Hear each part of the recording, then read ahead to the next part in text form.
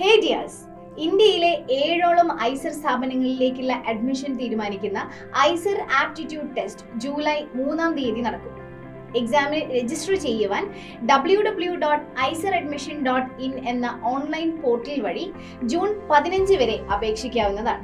JEE advanced KVPY rank list വഴിയാണ് 25% admission fill ചെയ്യുന്നത്.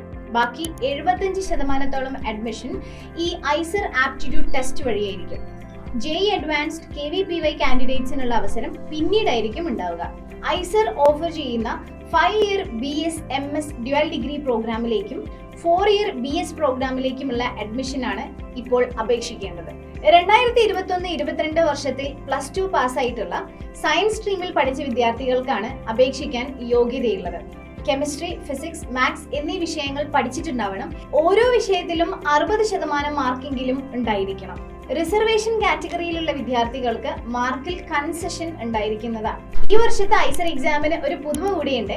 ഈ വർഷം നെഗറ്റീവ് മാർക്കിംഗ് ഇൻട്രൊഡ്യൂസ് ചെയ്തിട്ടുണ്ട്. ശരിയായിട്ടുള്ള ഒരു ക്വസ്റ്റ്യന് 3 മാർക്കും തെറ്റായിട്ടുള്ള ആൻസറിന് -0.75 മാർക്കുമാണ് ഉണ്ടായിരിക്കുക.